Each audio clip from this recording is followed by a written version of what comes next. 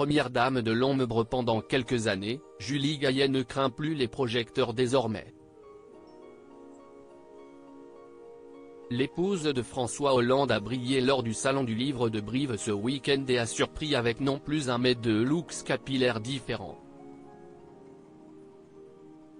Julie Gaillet a poursuivi sa participation à la 41e foire du livre de Brive le 12 novembre 2023, cette fois en solo puisque son mari François Hollande était de retour à Paris, faisant partie de la manifestation contre l'antisémitisme à Paris le même jour. L'actrice, productrice et activiste avait surpris l'assistance ce samedi en dévoilant son nouveau look capillaire, un joli carré court, mais elle a réitéré ce dimanche en affichant cette fois une nouvelle couleur. Plus foncée, la chevelure brune de l'autrice du livre Ensemble on est plus forte, était encore une fois radieuse.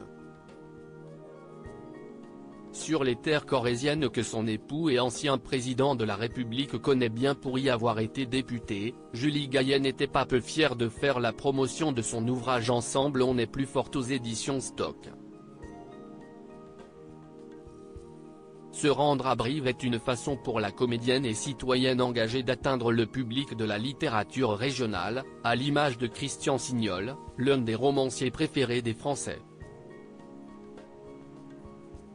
L'auteur corrézien a enchaîné les dédicaces, volant presque la vedette à Amélie Nothomb ou au dernier prix Goncourt, Jean-Baptiste Andréa.